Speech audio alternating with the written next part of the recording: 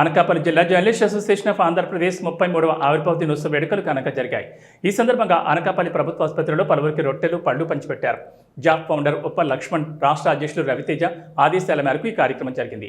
ఈ కార్యక్రమంలో ఆసుపత్రి సూపరింటెండెంట్ కృష్ణారావు, ఆసుపత్రి అభివృద్ధి కమిటీ డైరెక్టర్ తాడి రామకృష్ణ మరియు అధ్యక్షులు డాడి వెంకట్రావు, కార్యదర్శి ఎన్ అజయ్ ప్రసాద్, కార్యవర్గ సభ్యులు, వివిధ వర్గాల వారు పాల్గొన్నారు.